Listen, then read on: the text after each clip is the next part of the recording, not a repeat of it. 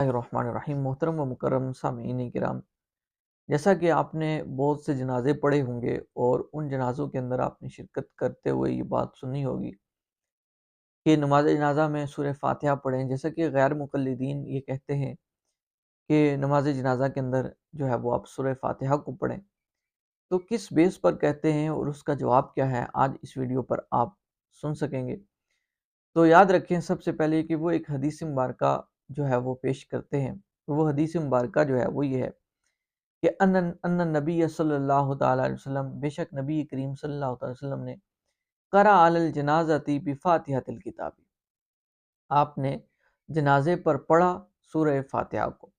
یہ حدیث مبارکہ پیش کر کے کہتے ہیں دیکھیں جی سورہ فاتحہ تو سنت ہے، کیونکہ نبی کریم صلی اللہ تعالی وسلم نے اس کو پڑھا۔ تو یاد رکھیں کہ اس کا جو جواب ہے وہ یہ ہے کہ اس حدیث مبارکہ جو یہ پیش کرتے ہیں، جو سورہ فاتحہ کی سنت ہونے پر پیش کرتے ہیں، تو یہ حدیث مبارکہ یہ صحیح نہیں ہے۔ یہ حدیث مبارکہ اس وجہ سے صحیح نہیں ہے کہ اس کے اندر ایک راوی ہے جس کا نام ہے ابراہیم بن عثمان۔ ابراہیم بن عثمان جو راوی ہے واسطی، ابراہیم بن عثمان واسطی جو راوی ہے، یہ راوی جو ہے منکر حدیث تھا، یہ راوی منکر حدیث تھا۔ تو یہ احتیاط ہوتی ہے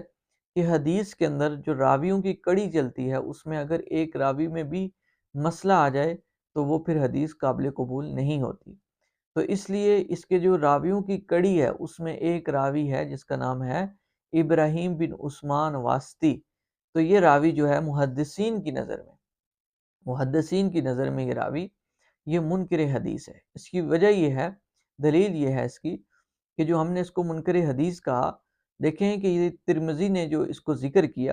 اور ترمذی نے اس کو ذکر کرنے کے بعد جو الفاظ کہے، تو قال ابو عیسیٰ جو امام ترمذی تھے، آپ نے یہ کہا کہ حدیث ابن عباس، کہ جو ابن عباس کی حدیث ہے، یہ جو ابن عباس کی حدیث مبارکہ ہے، آپ نے فرمایا کہ حدیث لیس اسنادہ، اس کی کوئی سند موجود نہیں ہے،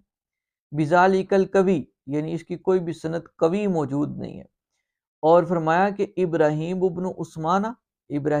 عثمان جو ہیں، یہ ہوا ابو شیبہ منکر الحدیث، یہ جو ابراہیم بن عثمان تھے یہ منکر حدیث تھے، لہٰذا ان کی حدیث مبارکہ یہ قابل قبول نہیں ہے، اور یہ حدیث صحیح حدیث نہیں ہے، جس کی وجہ سے ہم اس پر عمل نہیں کرتے۔